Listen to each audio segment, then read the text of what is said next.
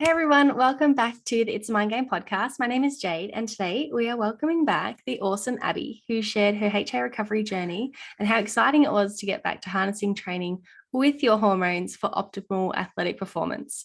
If you'd like to go back, you can listen to our first episode together on episode 45. I think we're at about, I'm going to say 86 or 87 at the time we're recording this. Oh my gosh. But with that in We've mind, we're doubled. going to discuss, I know, right? I can't believe it. Life after HA and returning to training using minimal effective dose. Without further ado, welcome back. Hello, Jade. It's so good to be back here. It's so crazy that it's been like you've doubled your podcast since we first talked. Quickly, because I did little intros earlier, obviously, but I just scrambled back to be like, what was that episode number again? And I've read 45. Right. I'm like, you've got to be kidding me. That's like, I'm going to say a year ago. It's been a really long time. And I was saying just before. We've lived a few lives. Yeah, so much has changed. I think at that point, well, for one, you're definitely a miss, not a missus. So congratulations. Thank you. Or opposite, I am a missus now. Yeah. You are. Oh, did I say it the other way around? I think you said the opposite. I am a missus. Sorry. Yes, you are a missus. Yeah, I got married back in October. So that was definitely the big part of 2021 was just kind of like preparing for that. And it was good though. Everything went smoothly.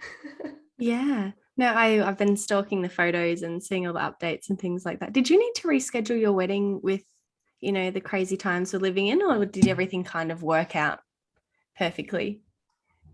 It actually worked out really well. So we got engaged in August of 2020. And so we planned it for October of 2021. And at that time, I mean, every year you're like, oh, we'll be good by then. Oh, we'll be good by then. But we were like, we're just going to plan it and we're probably not going to cancel it, even if things are still crazy. So things actually started, things have kind of gone in waves, but during the summer, it was like COVID was not really happening. It seemed like anymore. I mean, it was always still kind of happening, but you've gone through these waves of spikes and all that type of stuff. And everything was really good, like even leading up to the wedding. And then I think it was around that time that we started to have a spike again. One of the new variants was grabbing a hold of everyone. And there was a lot of people, honestly, that kind of dropped around that time, but it wasn't anything super significant. So it definitely got a little weird around the actual time of the wedding, but it didn't really have too huge of an impact on like how many people came to our wedding. Yeah, no, that's awesome. Yeah. Because it's played like in Victoria here, we've had so many lockdowns, like over a year's worth, and the amount of weddings that got cancelled and postponed like multiple times. It's like, so it's so nice to hear that people's wedding plans actually went through the way they were meant to and everything was okay. And because it's just wild out there. I think at that point, if that was us, I probably would have just had the wedding. Yeah. I mean, maybe not. Maybe we would have postponed it at least to have a big reception, but I definitely would have gotten married. Yeah. Well, I think a few resorted to just, masks on and all that sort of thing. But I think it was, a year and a half, we had like no events at all, like illegal. So you do not get married. You couldn't even do anything. Yeah, you couldn't even do anything. It was so wild. But anyway, no doubt, absolutely enjoyed seeing all the wedding photos up on your Instagram and have been paying close attention to the training updates and the work updates. You've got so much going on. But in particular, one post that kind of sparked my attention, I was like, yes, let's talk about this, Abby, which was minimum effective dose when it comes to training. So obviously we've gone down the rabbit hole of more is better, more, do it all day, every day, twice a day. And we ended up with HA and, not the best eating behaviors. And we've done a 180, we've learnt more, we know better. And now we've come across principles like minimum effective dose. Do you want to explain to us what that is and I guess how you're using it right now? Yes. I love how you mentioned how this is what got us into into the deep rabbit hole we got into with HA of like just the mindset of legit feeling like a day off was a day of moving yourself further away from what your goals were.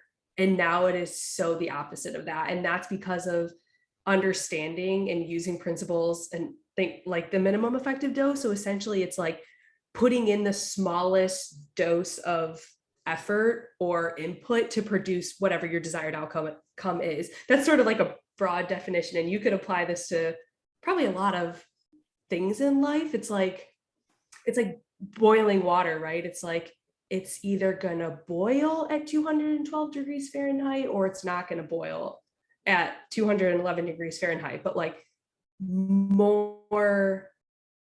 a further increase in temperature is not gonna make the water boil more, right?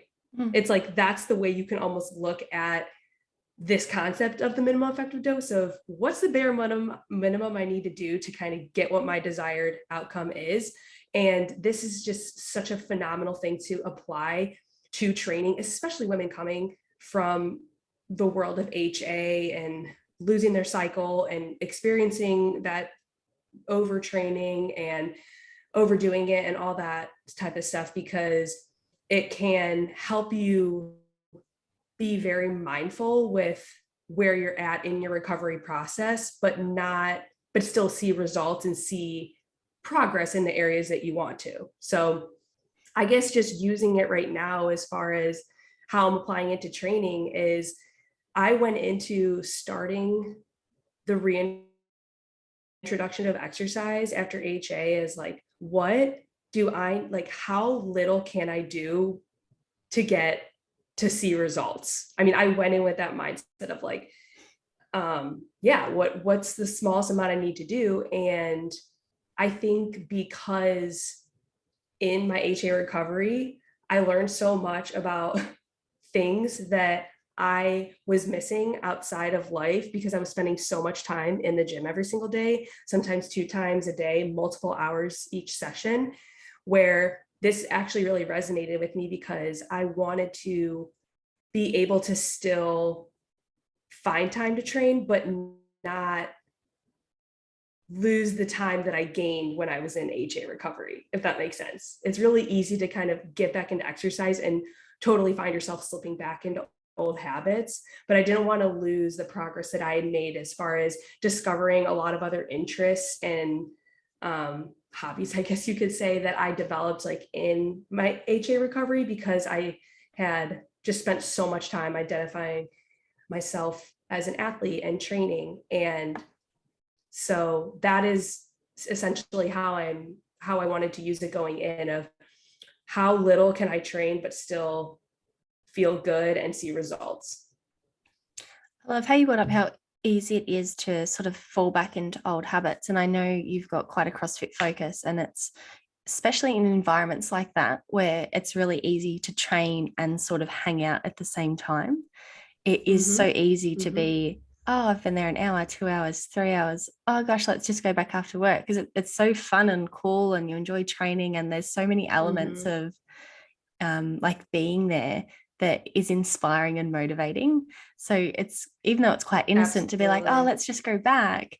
It is so important to just put the brakes on and analyze, okay, like I know my period's back. I know I'm happy to be there, and I'm not like training hard every single minute, but I still shouldn't be at CrossFit like multiple hours a day, or even small sessions twice a day, because it's not really going to facilitate all the things that we've recovered over the past weeks, months, and years.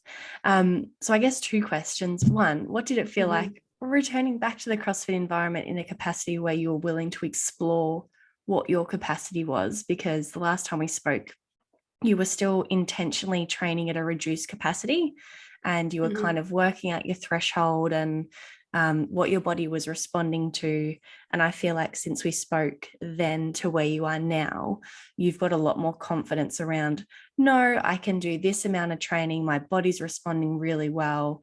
Like my period's showing up, I'm ovulating, my training's going, like things are good. How did that sort of progression occur? And mentally, I guess, as well, what kind of things do you kind of keep in check to make sure that you are maintaining that balance of like hobbies and gym and work and just the overall balance? Such good questions. First, I'll address the elephant in the room. I was going And to say, that I'm is, so sorry. I think I just gave you 10 questions at once. I oh got no, so it's okay. excited. I think I got it. It's okay. If I forgot any of them, just reel me back in. But I think, first of all, CrossFit can be sort of a triggering thing for people or women that have come from, that have had HA, that came from a CrossFit background, because if you are a female that is already a high stress person, and then you have a lot of outside environmental stress, and then you layer in CrossFit, this is like a recipe for developing HA, developing adrenal dysfunction, all these things that we talk about.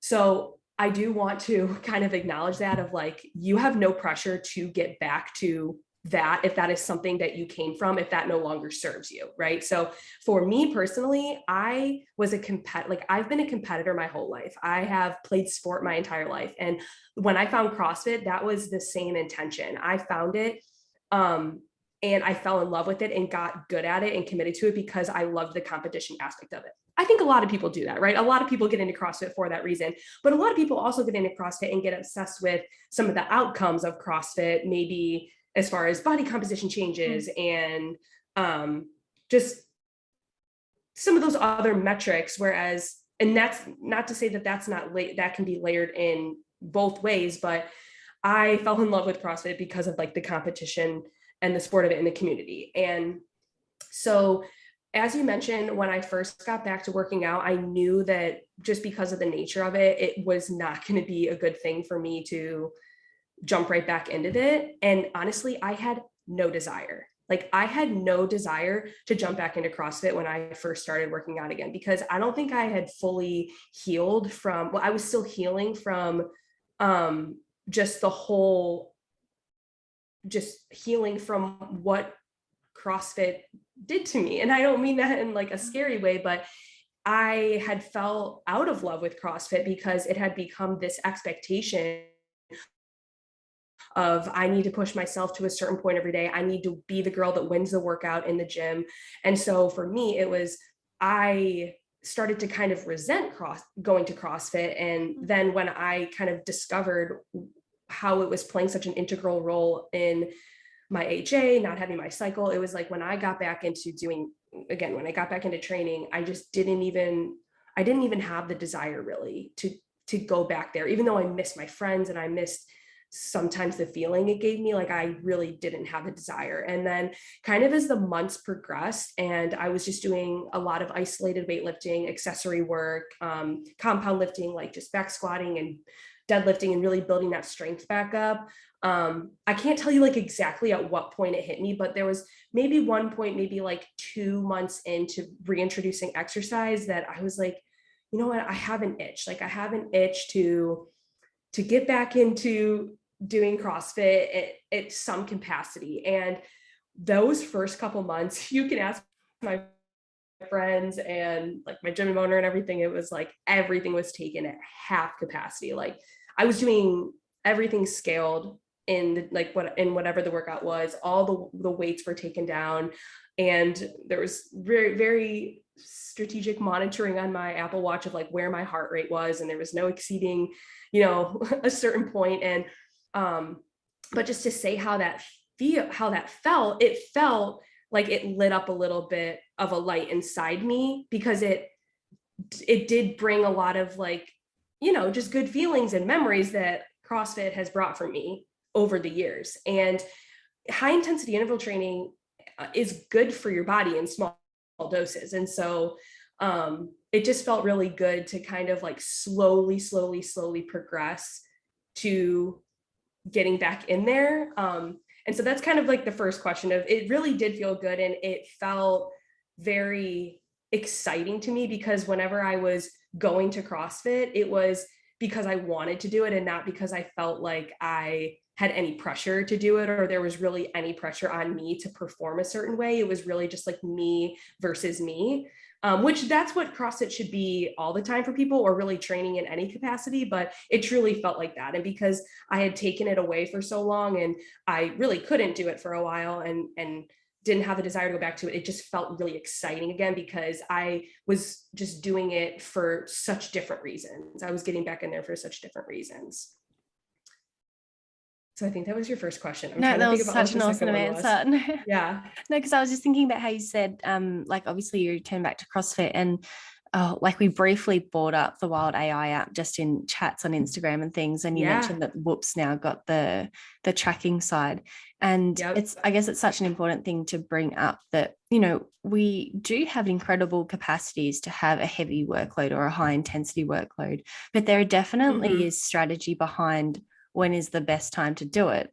And rather than like every day of the week, I'm doing a HIIT workout or a Metcon or a sprint session or just something that's really high intensity or high strain on the body.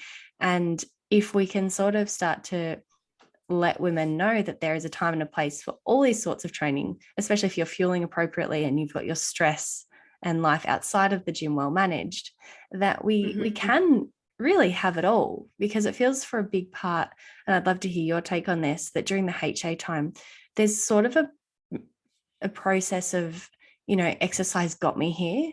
And it's quite sad, especially if you love exercise, because it's like, but I love it so much. How could it be so damaging to me that it's caused this? And it's, you know, exercise is a tool. And if we don't use it appropriately, it's going to cause damage. But if we're being really responsible and learning all the possible tools that we can use to actually amplify our body's responses to it and navigate stress responses, exercise can still be our best friend. It's just about, really, it's using it appropriately and not just kind of winging it all the time. And sort of how you said when you started introducing CrossFit again, it's like, no, you were paying attention to heart rates. You were paying attention to the style of workouts. Like you were picking and choosing what was going to be optimal for you for the stage that you were in, the day of the week, what part of your cycle you're in. It wasn't just like, oh, there's a WOD, there's a Metcon, let's just go. That's what coach says, because that's where it gets you in a sticky spot, when you just feel like you can train the way that coach suggests, rather than being like, hang on, where's my physical body? Where's my emotional state at right now? Yeah, definitely. It's easy to just go on impulse. Like, oh, I want to do intensity. I want to sweat really hard. I want to get my heart rate up and just kind of do it and say kind of screw it. But this was something that was definitely done very, very intentionally. And I was super aware of how my body was responding to it. So I think you kind of asked like how I've integrated it back in. And again, it's going to look very different for every single person.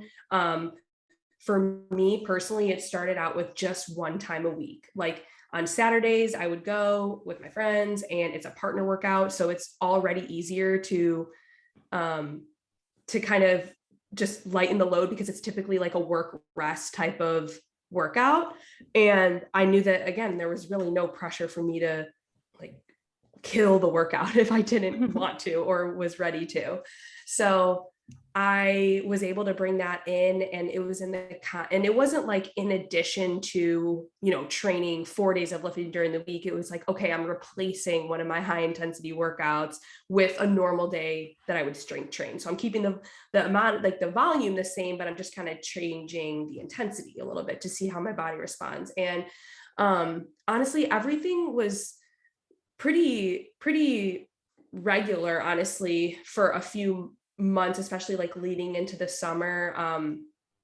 Now it's so easy to look at your cycle and evaluate your temperatures and your ovulation and all these things, and kind of just overthink things a little bit and feel like, oh, you've messed something up if everything is not perfectly on the dot to a T every single month. And so there was definitely some adjusting that had to be done of, okay, maybe I pushed a little too hard here because maybe I had a double peak where like I started to show signs of ovulation, but then I didn't get a temperature rise. And then I would kind of have to like back off from exercise for a week. I'm going to be totally transparent. Like there were definitely some weeks and months that happened. And early on, I was really hard on myself of like, oh my gosh, like you failed, your cycle is getting irregular again, you're getting back in, you know, you're ruining everything. And really that's not it. It's just that my body is still learning how to reintroduce this type of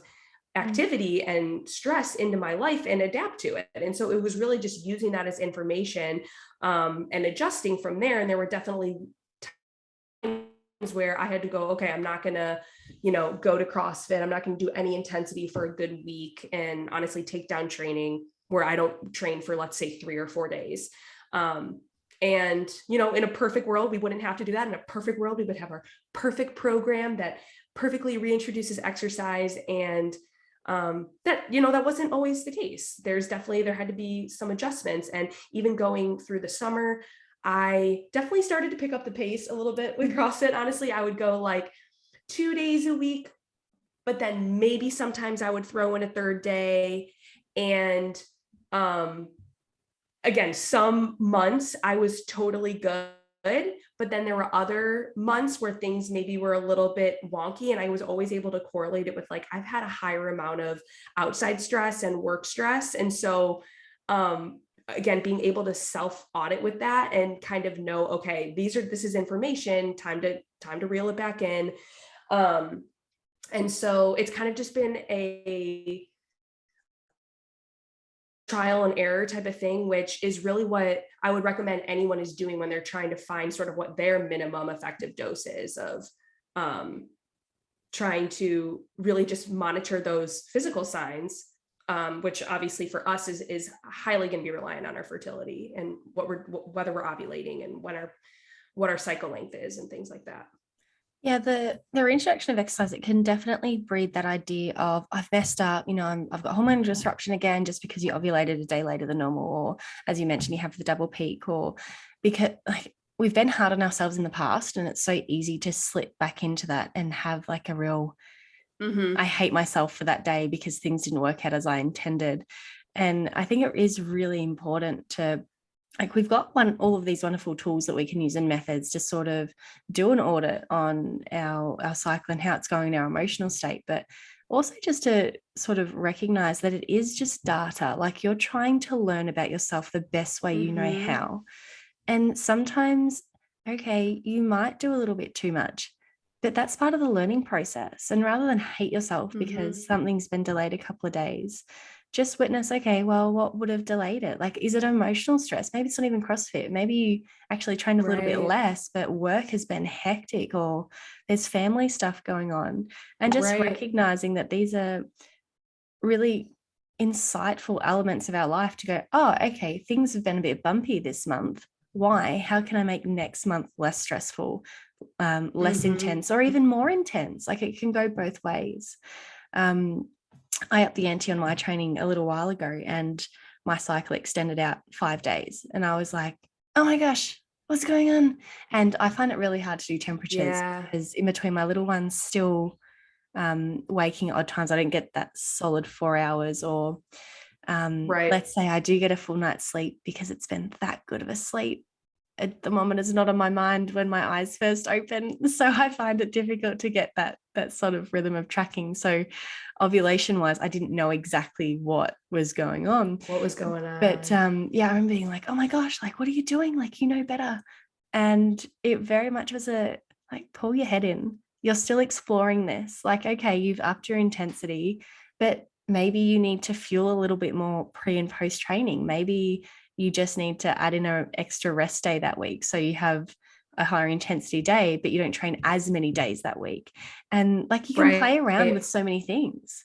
But it's so easy to be like, you're ruining it. Like, a period's not going to come back.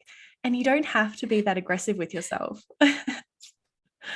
Yeah. And I think it's a really good thing that you brought up, like, your cycle was extended by 5 days. Okay. And Elise and I were actually just talking about this along with Danny, where we are so in tune with our bodies at this point. We're tracking everything so meticulously that we're very aware of those small variations in the month, and not to normalize variations, because if you're having variations every single month, like, you definitely want to look into that. But if you were to take 5 women off the street and take a look at what women that don't have HA that cycle regularly every month, and you take a look at their cycles, like, there's usually going to be variation with exactly which day they ovulate or Yes. exactly how many days their period was that month. And they're still living in a healthy body. It's just that we're so in tune with our body and hyper aware that we're gonna see any variation as like something that is a really bad Alarm. thing, like the Yeah. end of the world, or you've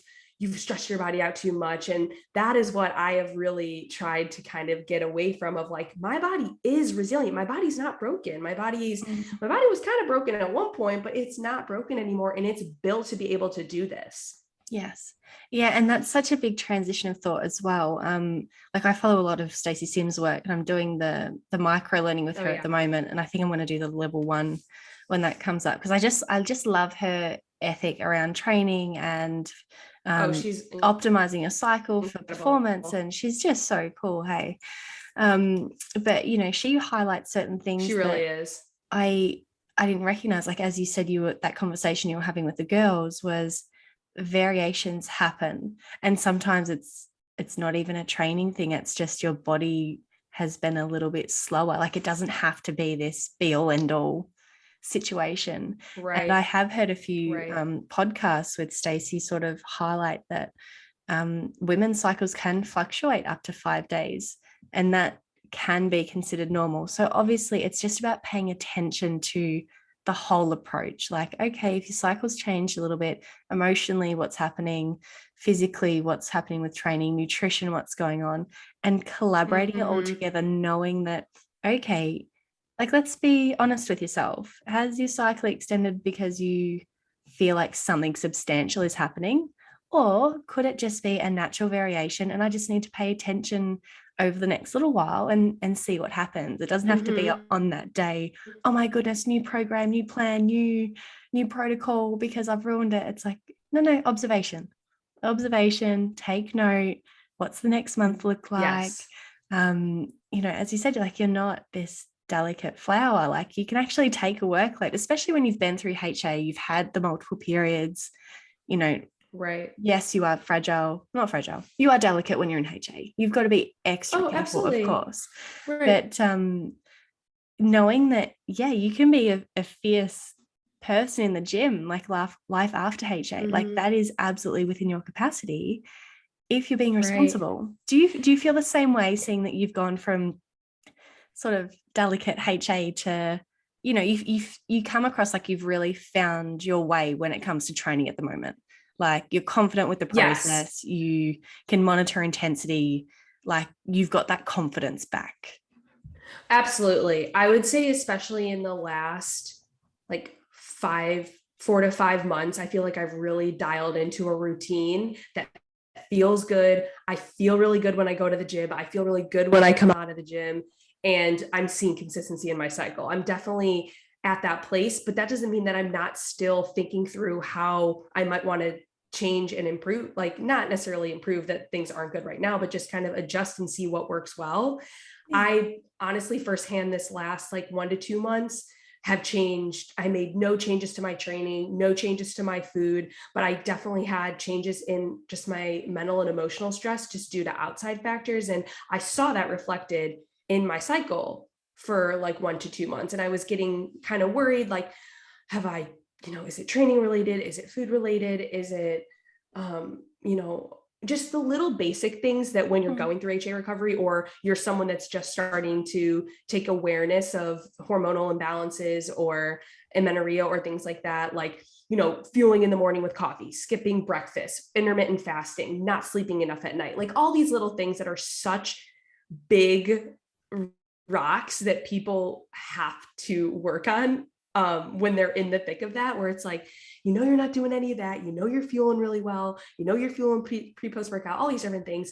But just knowing that, just like you mentioned, there's so many other things outside of just those two things that could be the reason that you have variation. And so, I do feel like I've gotten into a good routine. And that's with being patient, right? We have to be patient with this process and be just know going into it that you're going to have to do some trial and error, because I want to be an advocate in this HA space, for women that want to be competitive in sport. because I feel like sometimes there is this automatic, we need to no longer take training as it being like no longer taking training to an intense level or wanting to train at a high level. I'm not saying that that's all across the board. People are saying that, but it definitely is something that can easily be instilled in us because of how much we've had to change our lifestyle, and which is understandable because it's required.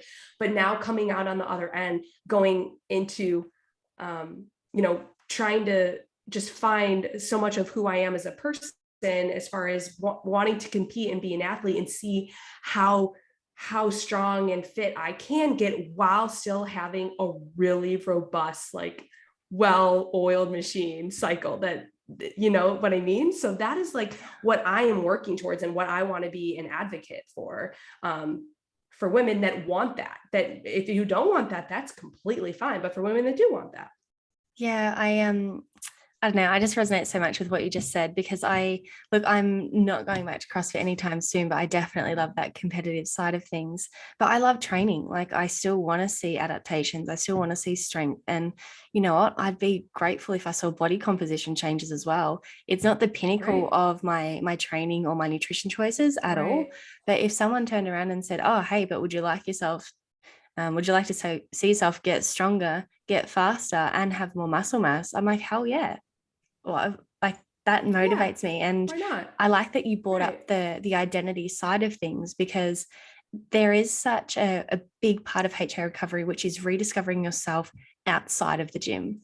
And outside of the gym, which is anyone crucial listening, part of the process for everyone listening. It has to happen. You cannot skip that part of the process. No, absolutely. Like, it's so important. Like, it's probably one of the things, you know what, eat more, train less is so important, but discovering your identity outside of your fit self, you just can't escape HA without it.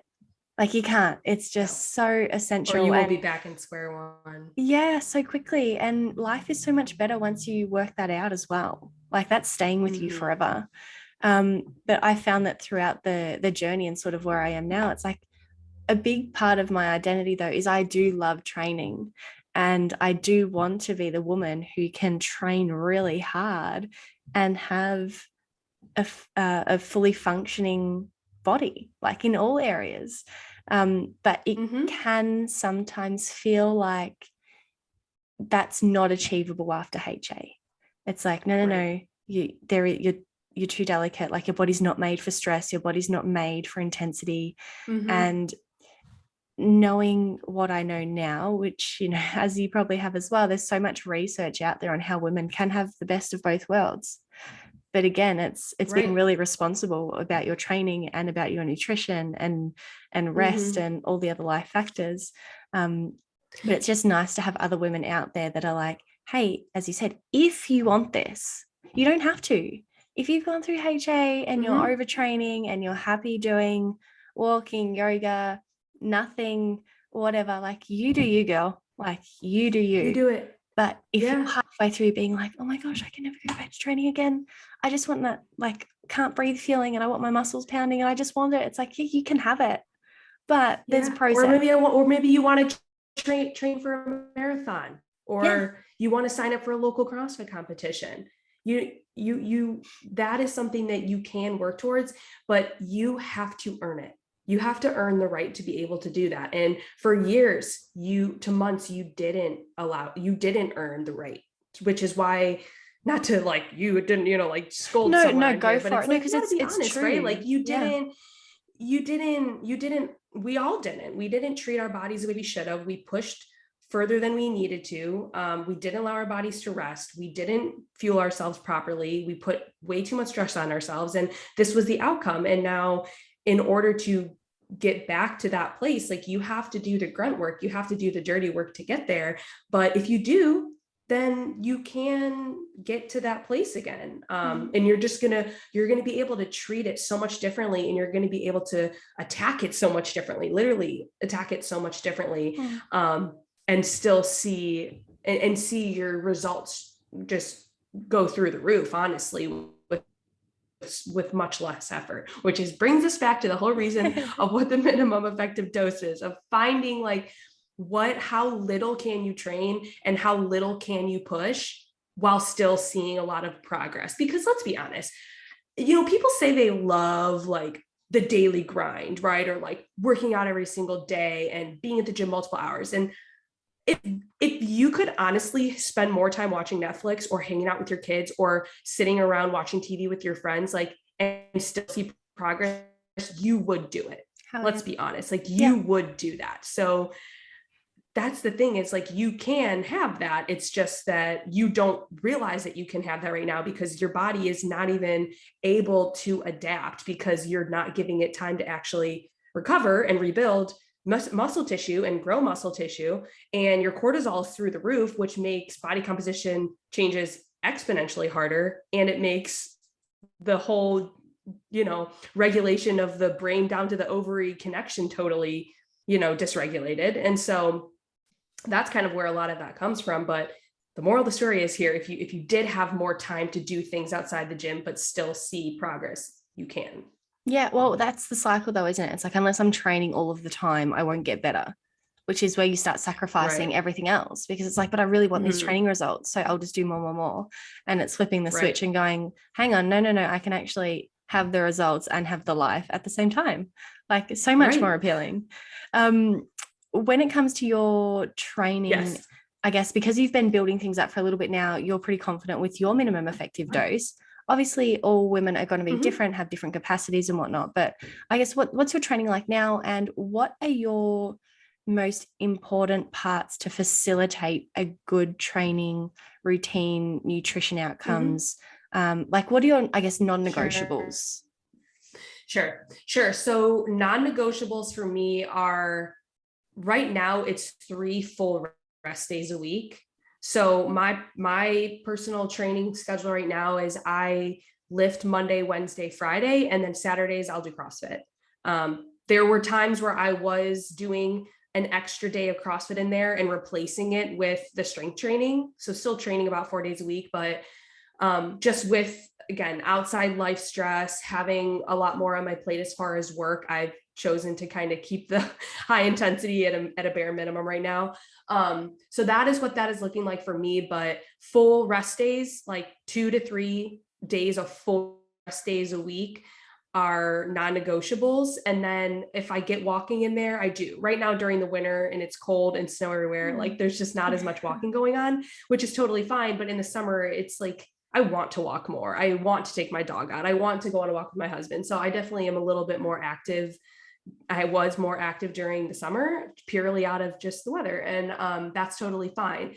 So that, and then as far as how I dictate whether or not those days actually happen, right? Because we can have a plan, but if we are so focused on the plan and you're not being aware of what your body is telling you, then there's really no point. So if there is ever a day where I just feel like I totally stressed my mental capacity to the limit and I feel very, very stressed, and the thought of like laying down sounds more appealing than going to the gym. Like there have been days where I've done that, where I've just totally said, nope, it's not happening. Also, sleep is a non-negotiable. So if I don't get a minimum of 7, but most days I need to get 8 hours of sleep a night to feel really good, there's no training. So if I had like a really crappy night of sleep, I was up a few times, and I even wake up feeling really tired, training is it's not happening. Especially if I was planning to train like in the morning and that was only time. Maybe if I said, oh, okay, I'll kind of see how I feel during the day, feel really well during the morning, and then in the afternoon I have the energy and I feel good, then I'll definitely go and train. But more often than not, if I did not sleep well, training's not happening. Early on in my HA recovery, and I think this is a lot of advocates will say, if you're going to reintroduce training, you want to try and get in at least like 2 meals or 1 meal before and a snack before you train. That was definitely something I was religious about early on. And I think that was really helpful in kind of making sure I maintained everything. So I wasn't working out first thing in the morning, right? It was like I would get a full breakfast in and then maybe a mid-morning snack, and then I would train around lunchtime or train in the afternoon after I've had, a full day's worth of eating. But even nowadays, like even if I'm going to go to the gym around 10 a.m., I have a big breakfast around like somewhere between 6 to 7 a.m. And a big breakfast for me is like a big breakfast. So, I mean, like I will have somewhere between what like is it? a 500. Yeah, I'm going to say it. Like I You will got have this really somewhere nice between smile like to you. a I'm like, this breakfast sounds delicious. You're like, yeah, a because breakfast. I'm a huge breakfast eater. Like I need a really big breakfast to help me function. So I mean, my breakfasts will be like 600 to 700 calories usually, which is, I mean, that's like a decent sized meal. Not saying I haven't gone over that. Not saying that it's not less than that some days, but it's like a very Yeah, but substantial like meal. ish. And Yeah. then usually even before I go train, like I'll maybe munch on something a little small, like a little bit of fruit or a bar or something, just to kind of, if I'm feeling peckish for something. So that's non-negotiables. Non-negotiables with coffee are still a thing, right? So it's like there's no coffee first thing in the morning. And if I am drinking it, it's always alongside food. And honestly, at this point, just for me personally, I've sort of transitioned to mostly just doing decaf or like half decaf, half regular. It's pretty rare that I just drink like a full-blown regular cup of coffee because I'm pretty sensitive to caffeine. So that's me.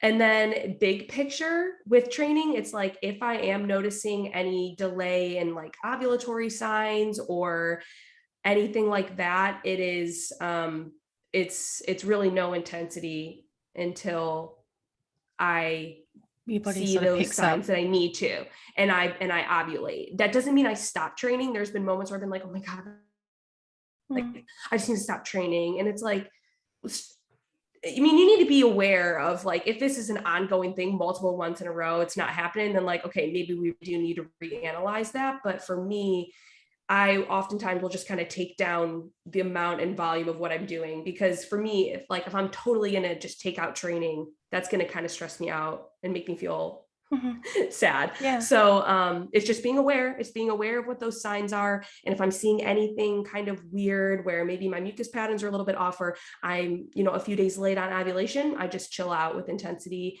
and I just dial it way back and make sure I eat, a couple extra servings of food, especially carbs. I'm always like carbs, fueling the GNHR, which is fueling the estrogen. So GnRH is what I meant to say. But yeah, I hope that was helpful. Those are sort of like my big things. Yeah, no, love them. Absolutely love them. And I always find it interesting how the non-negotiables are so different to what they would have been during HA. Like, I'm not sure about you, but for me, HA was like very coffee dependent, training fasted, first thing in the morning, late at night. Fueling after was sort of important, but not before. Sleep didn't matter. Like it was literally no train and then figure everything else out. Where now it's very much like, no, if you want to get your butt in the gym, the focal point. Yeah. Where now it's like, no, if you want to get your butt in the gym, we're sleeping well. We're noticing that our body feels good. The right things are happening. We're fueling appropriately.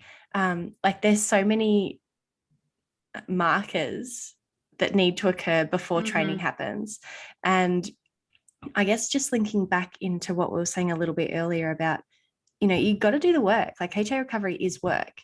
And this is why, because openly hearing this conversation we're having right now, we've got the restraint to actually do an audit on what allows us to train.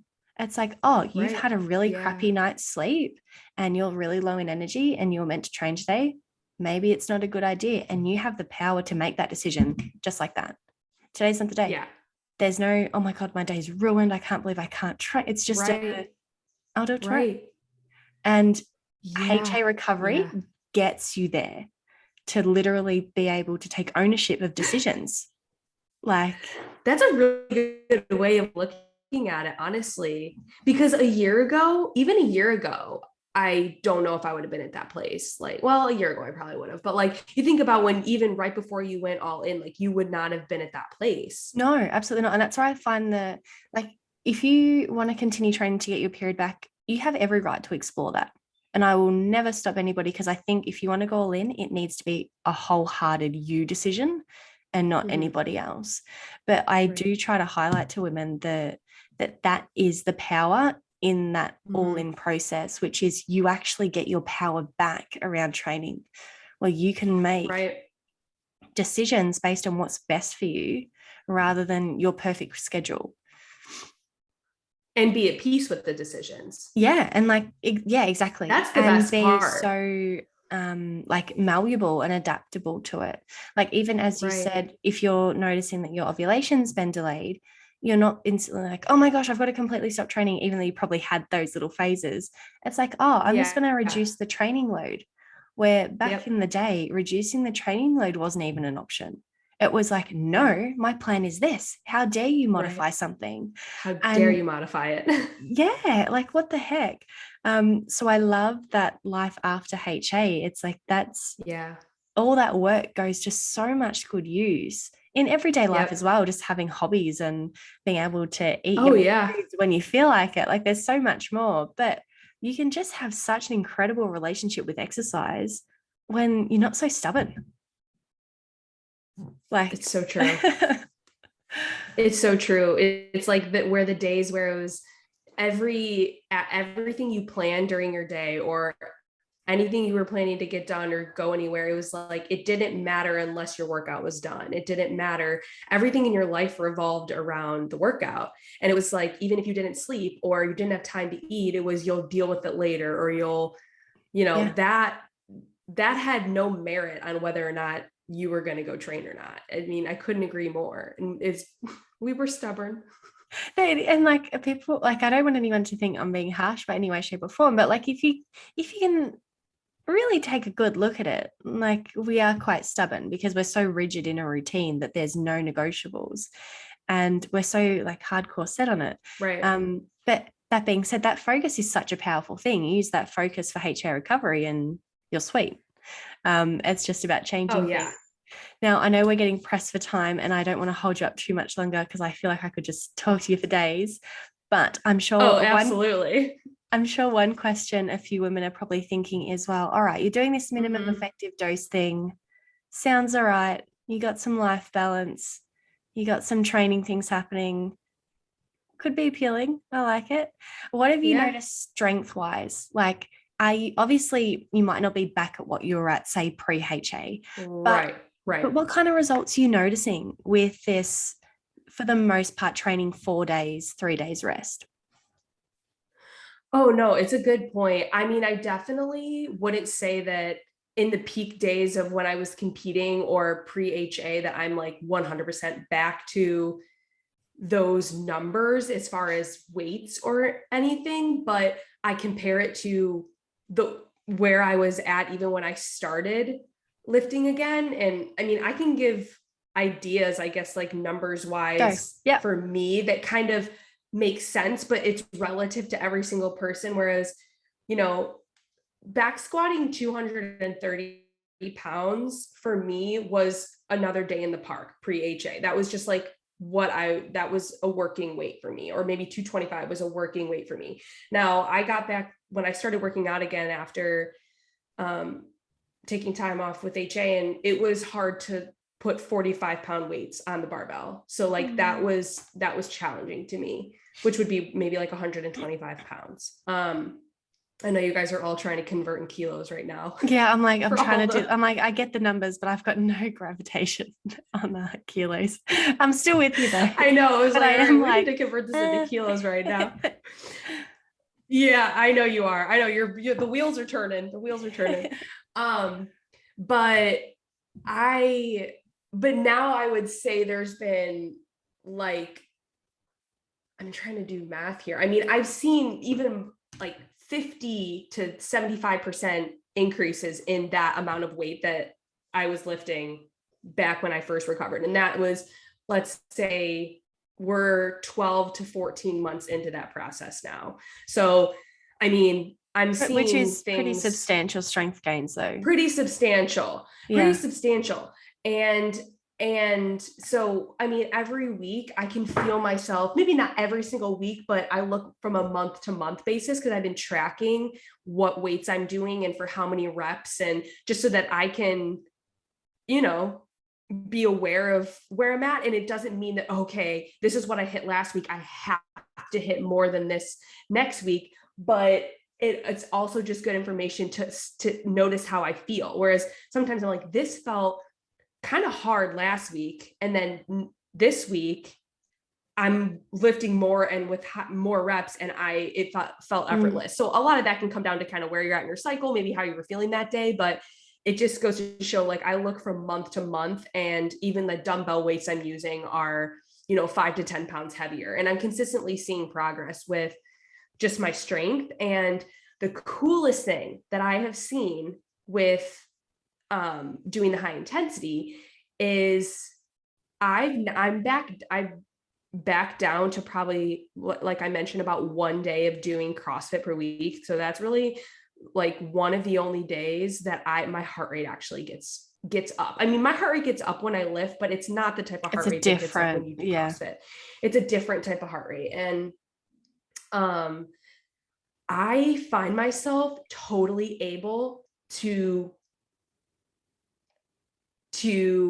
stay in it. I don't know the best way to explain it, but like when I'm doing that CrossFit workout, I'm still getting enough of a stimulus that when I go to do the workout, I still feel like my capacity is there.